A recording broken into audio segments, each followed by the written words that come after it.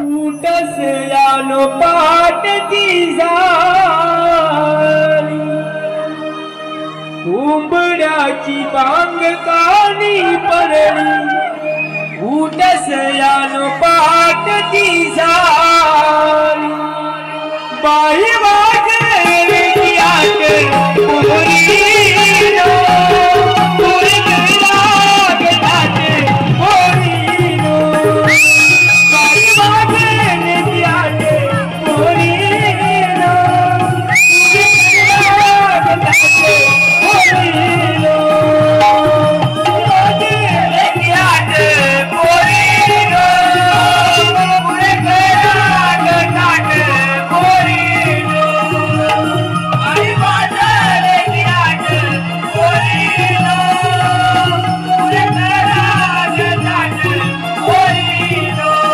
उंबड्याची बांग कानी पडली उठसे आलो पाटची झाली उंबड्याची बांग कानी पडली उठसे आलो पाटची झाली बाई वाजले गिराट पोरीनो पुढे राग नाट पोरीनो बाई वाजले गिराट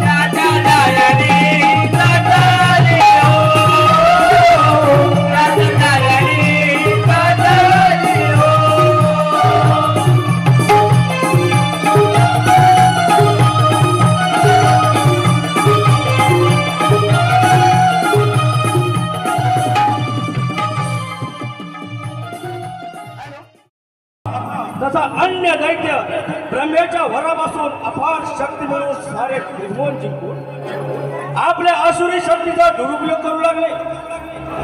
ऋषी मुनी साधू संतांचे आश्रम उद्ध्वस्त करून मोकाट सुटलेल्या गजराच्या प्रमाणात सारे जमीनदोस्त करू लागले आणि त्यांच्या आर्त किंकाळ्या साऱ्या भूमंडळात घुमू लागल्या. पृथ्वीचा भार डगमगू लागला. त्यावेळी पृथ्वी गायीचे रूप घेऊन ब्रह्मदेवा शरण गेली. ब्रह्मदेव आणि सारे ऋषी शंभू महादेवाकडे गेले. महादेवाने सांगितले या समस्येचे हळ वैकुंठ नारायण करतील. तेव्हा सारे श्री सागरी शेषशय्येवर विराजित होऊन श्री नारायणाने आपली व्यथा कथन केली. त्यावेळी सागरातून ध्वनी प्रगट झाला. ते म्हणाले, माझा कृष्ण अवतार वसुदेव देवकीच्या पोटी श्रावण मासी होणार आहे, तेव्हा तुम्ही निश्चिंत राहा. हे सारे ऐकून देव ऋषी आपापल्या स्थानी निघून गेले आणि काही काळानंतर तो दिवस उजाडला. कृष्णदेव जन्मास आले. त्या भयान रात्री काही कुणाला कळत नव्हते. अशा विकट प्रसंगी वसुदेवानी टोपली फिरवले. बंदी शाळेचे दरवाजे आपोआप उघडले. यमुनेला कृष्णचरण स्पर्श होताच यमुना दुभंगली. मार्ग मोकळा झाला. गोकुळामध्ये कृष्णाला ठेवून यशोदेची कन्या घेऊन वसुदेव मथुरेत आला आणि त्या मुलीने टाहो फोडला. त्या आवाजाने कंस राजा धावा देऊन त्या मायेला गरगरा फिरवून किल्ल्यावर आपटतोच ती माया निसटली आणि आकाशवाणी झाली की कंस राजा सावध रहा, सावध रहा, सावध रहा. तुझा 8वा वैरी गोकुळात वाढत आहे. हे एकदाच कंस राजाच्या पायाखालची जमीन सरकते की काय असा भास व्हायला लागला. त्याने एक एक करून सारे दैत्य कृष्णाला मारण्यास पाठवले. पण त्या सर्वांना कृष्णाने यमसंधीत आणले. कृष्ण जसजसा वाढत होता तसतशा त्याच्या खोड्याही वाढत होत्या. एके दिवशी सवंगड्याबरोबर चेंडू फळीचा डाव खेळत असताना चेंडू यमुना माईच्या डोहात गेला आणि तो चेंडू आणण्यासाठी कृष्णाने यमुना डोहात उडी मारली. आणि रसिक प्रेक्षक हो, तो सीन आपल्या पुढे सादर करीत आहोत एक भयानक कालिया नाग, कालिया मर्दन.